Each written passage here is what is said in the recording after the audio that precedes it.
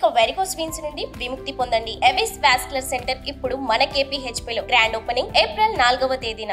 కొమరంభీం ఆసిఫాబాద్ జిల్లాను ఏనుగు హడలెత్తిస్తోంది. కోపంతో పంట పొలాల్లో తిరుగుతున్న గజరాజు రైతుల ప్రాణాలు తీసేస్తోంది. కంటికి కనిపించిన వాళ్లని తొండంతో కొట్టి కాళ్లతో తొక్కి చంపేస్తోంది. ఇప్పటికే 12 గంటల వ్యవధిలో 2 రైతులపై దాడి చేసి వాళ్లను చంపేయడంతో ప్రజల్లో భయాందోళన మొదలైంది. బుధవారం పెంచికల్పేట్ మండలం బూరేపల్లి గ్రామానికి చెందిన రైతును చంపేసిన ఏనుగు గురువారం తెల్లవారుజామున పెంచికల్పేట్ మండలం కొండపల్లి గ్రామంలో కారు పోసన్నను హతమార్చింది. తెల్లవారుజామున 4:30 గంటలకు మోటార్ వేయడానికి పొలానికి వెళ్లిన పోషన్నపై పెద్దగా ఘీంకరిస్తూ దాడి చేసింది. అతడు స్పాట్లోనే చనిపోయాడు.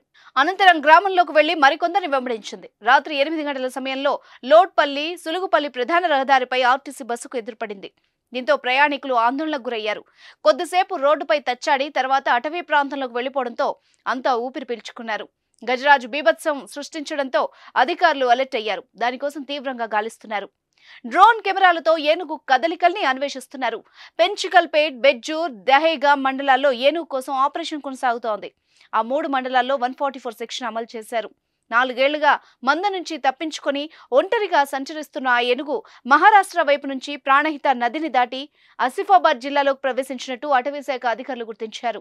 కొంతకాలంగా ఒడిశా, ఛత్తీస్గఢ్, మహారాష్ట్రలో తిరిగి పలువురిపై దాడి చేయగా ఇప్పుడు తెలంగాణలోకి ప్రవేశించి హడలెత్తిస్తోంది.